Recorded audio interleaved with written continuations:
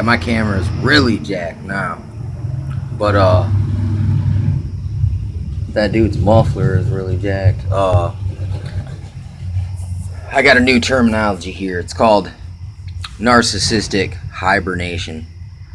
Okay, narcissistic hibernation is like this. It's like a bear. It's like a person who's reputed narcissist. Like, look, uh, they have these small seasons and windows where, like, it's like it looks like they're gonna snap out of it and maybe see the light. You know what I'm saying? And take a step forward, and maybe repent and make a change for the better. You know what I'm saying? And just acknowledge your own stuff. You know what I'm saying? It's kind of like there's something called a reformed hooker, and that's where, like, say a person is hooking and then they get married to some guy who's rich, and now all of a sudden they walk around looking down on all their hooker friends that they were just chilling with on the corner, and now they're better than that, and they're so above that. When in all actuality, it's like, uh, there's really, it's the same old person, same old vessel. Anyway, narcissistic hibernation. How this works too? It's like, just like I said, it's like I've just realized in some situations how it's like a backhanded compliment. A backhanded compliment is like someone kind of flatters you for two parts of conversation, and then in the last one third, they harshly criticize. Like, we could say falsely criticize. Like, they use these good points to soften you up for the big hit. You know what I'm saying? That's a form of the hibernation, the narcissist hibernation. Uh, uh, or so, I mean, those are the backhanded compliment is an instant kind of hibernation, but a long hibernation is where it's almost like fake it till you make it, and they can't fake it no more, so they got to go back one more time, and repetition, repetition, repetition. They're gonna go back to what they know, and that's go for the jugular, and it's basically a doo-doo test. I'm gonna treat you like this and like this because I know you hate me, so I'm gonna say these things, and then you're gonna tell me how you really feel, and that's what they want, because it's like, also, if you're chemically imbalanced, or you're imbalanced and you like to have what you call pity parties, uh you can have a self-fulfilling prophecy where you provoke a response from someone, and then when you really get it, you can feel bad about it and then throw a pity party because it's problem, reaction, solution. And that's why they do narcissistic hibernation. That's because they've been so abrasive and so reckless and so ruthless and destructive previously, and they got everyone on guard and scared away, like, and on a high alert. So in order to get everyone's guard down, you gotta fake it till you make it again, and kind of pretend that it's okay. But that's because it's just like the backhanded compliment. You're in this kind of wooing stage, or it's almost like a courtship, because it is kind of like, it's sport.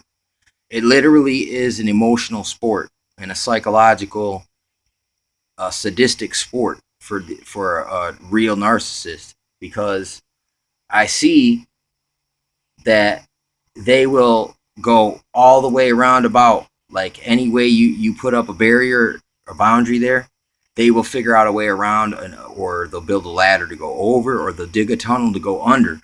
But they're going to get back in, and they got to get some freaking supply. And I mean, and since it's like the hibernation, it's also possum. Possum is like playing dead. So I'll approach close enough to this thing because it looks docile, but then when I get there, it's going badger. Once you get close enough, so it doesn't have to go through your guard. You know what I'm saying? It kind of, that's like someone who's acting like they're all down and meek and weak, and then you get up on them and they go tiger, they go ape shit, bat shit, crazy on you for a minute, and it's like, it's kind of like in murder. Like, what is it? Premeditated. That was premeditated, and that shows that like you thought about this, you planned this. This was an ambush. This stuff's been in your heart, and what it is you try to provoke me into a bad action so you could say that I was guilty. But you set a big old elaborate trap. So who's really guilty? You know what I'm saying? You're just as guilty for laying a trap as I am for falling in it. Especially if it's cleverly crafted that there's no way I could have perceived that this is what you're doing. That's what you call loaded logic, circular logic. And they love to compare apples to oranges.